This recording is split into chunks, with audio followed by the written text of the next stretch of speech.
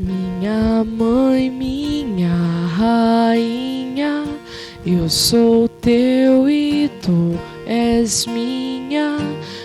Minha mãe, minha rainha, eu sou teu e tu és minha mãe, minha rainha,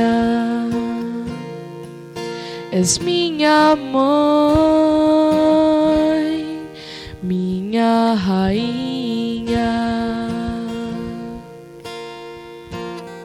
Bom dia, meu irmão e minha irmã, que rezam conosco através do nosso canal no YouTube, Devotos de Santa Luzia.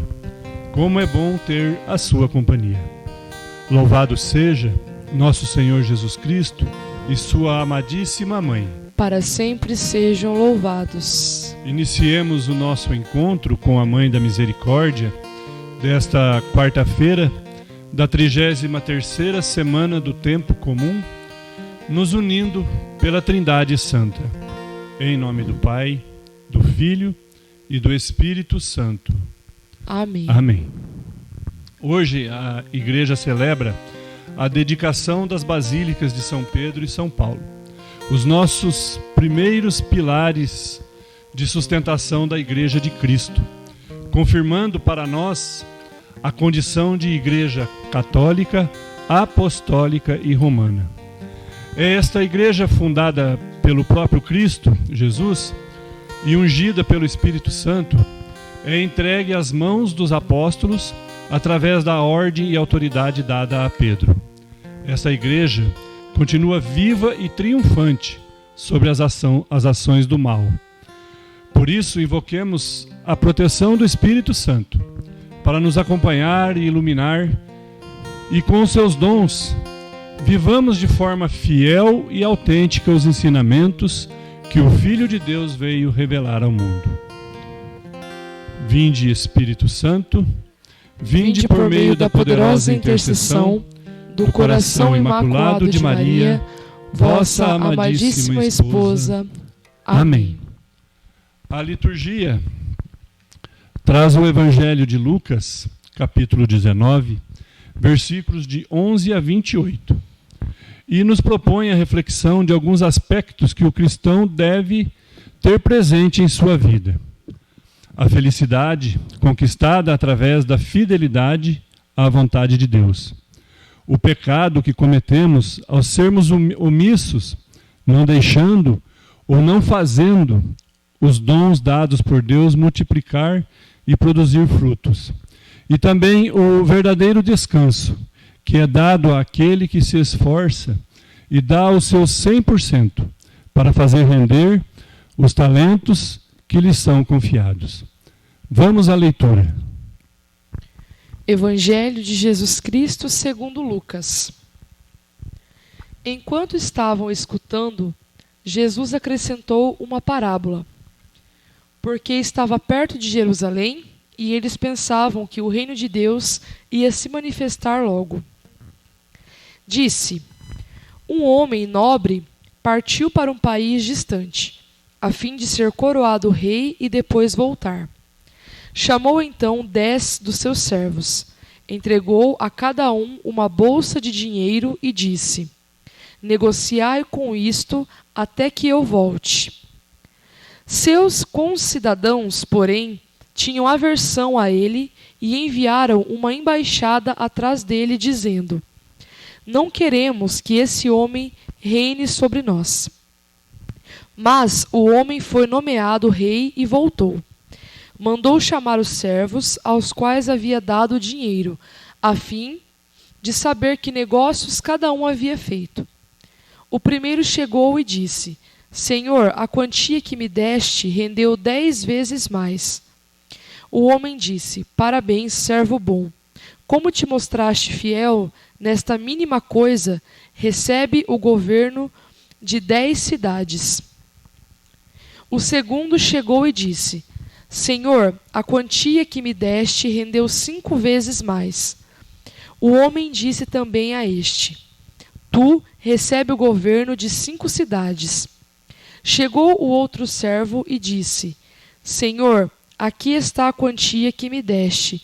Eu a guardei num lenço, pois eu tinha medo de ti, porque és um homem severo. Recebes o que não deste e colhes o que não semeaste. O homem disse: servo mau, eu te julgo pela tua própria boca. Sabias que sou um homem severo, que recebo o que não dei e colho o que não semeei. Então, por que não depositaste meu dinheiro no banco? Ao chegar, eu o retiraria com juros. Depois, disse aos que estavam aí presentes: tirai dele sua quantia e dai àquele que fez render 10 vezes mais. Os presentes disseram: Senhor, esse já tem 10 vezes a quantia. Ele respondeu: eu vos digo, a todo aquele que tem será dado, mas aquele que não tem, até mesmo o que tem lhe será tirado. E, quanto a esses meus inimigos, que não queriam que eu reinasse sobre eles, trazei-os aqui e matai-os na minha frente. Depois dessas palavras, Jesus caminhava à frente dos discípulos, subindo para Jerusalém. Palavra da salvação. Glória a vós, Senhor. Embora tenha alguma semelhança com uma outra parábola, esta, contada por Jesus e narrada pelo evangelista Lucas, tem a finalidade de fazer-nos refletir a necessidade de corresponder à graça recebida de uma maneira esforçada, exigente, constante, durante toda a vida. Temos de fazer render todos os dons da natureza e da graça recebidos do Senhor. O importante não é o número dos talentos recebidos, mas sim a generosidade que nós dispomos em fazê-los frutificar.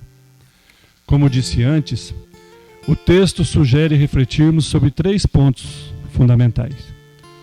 Primeiro, o segredo da felicidade. Todos nós queremos ser felizes, porém é imprudente vivermos levados pelas ilusões, porque a verdadeira felicidade não é nos dada de mãos beijadas, mas sim conquistada através de muito esforço, renúncias quando necessário, e principalmente pela fidelidade em realizarmos os nossos deveres em relação a Deus e ao nosso próximo. Ser fiel no dever de cada dia, fiel em pequenos gestos de caridade com o próximo, fiel no compromisso de piedade, de amor para com Jesus na Eucaristia, fiel na preocupação de tornar a vida agradável aos outros, sorrindo, servindo e ensinando. E junto com a fidelidade está a vigilância que devemos ter para não testemunharmos de maneira infiel o amor de Deus em nossa vida. Agindo deste modo, alcançaremos a verdadeira felicidade. Segundo ponto, os pecados da omissão. Enquanto que o primeiro e o segundo servo puseram a render os talentos recebidos, o terceiro, deixando-se levar pela preguiça, nada fez. Este se omitiu diante da tarefa de cuidar e fazer render aquilo que lhe foi dado, que lhe foi confiado. Aqui se retrata o pecado da omissão. Aquele servo não perdeu o talento recebido, teve até o cuidado de escondê-lo. Mas com esse modo de agir, tornou os talentos improdutivos. O servo preguiçoso é a imagem viva do cristão que, quando é chamado a uma vida de piedade mais intensa, a comprometer-se na tarefa do apostolado, a aliviar o peso da pobreza, do sofrimento de quem o rodeia, ele se esquiva. E ainda por cima, alivia sua consciência dizendo: eu não sou mau, não trato mal ninguém, nem prejudico quem quer que seja.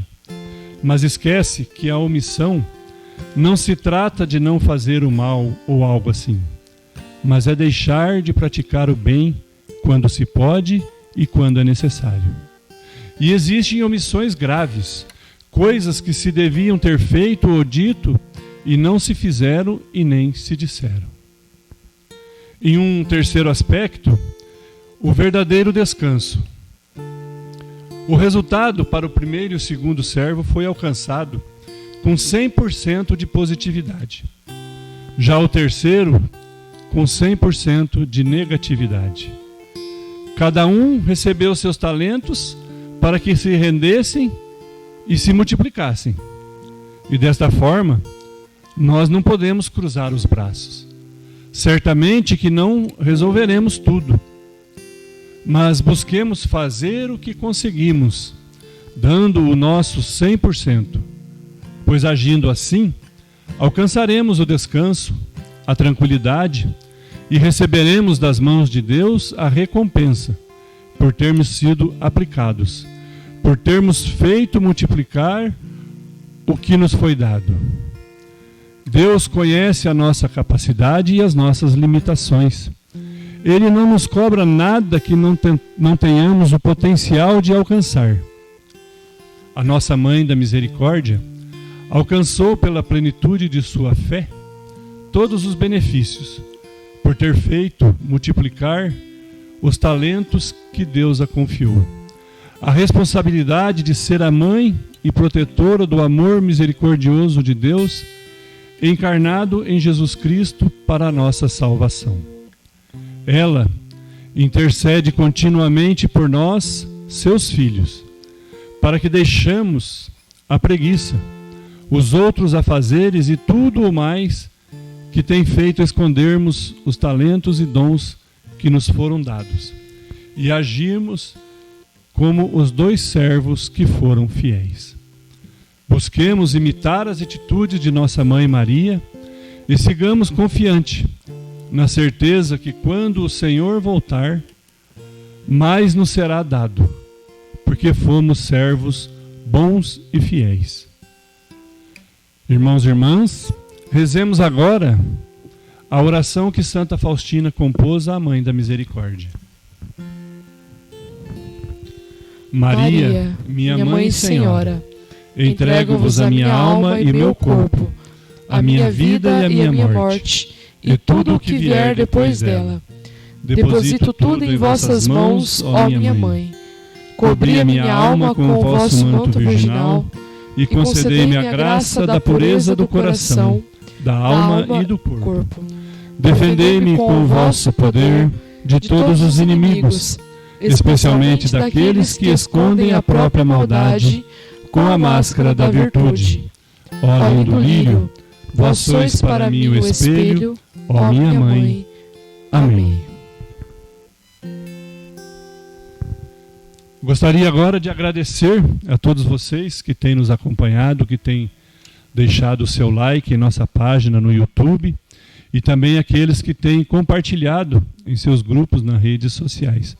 Continuemos perseverantes neste projeto de evangelização, neste encontro com a Mãe da Misericórdia. E peçamos que, por intercessão dela, Deus derrame sobre nós todas as suas bênçãos. Ele que é Pai, é Filho e Espírito Santo. Amém. Amém. Tenhamos todos um bom dia e fiquemos sempre com Deus.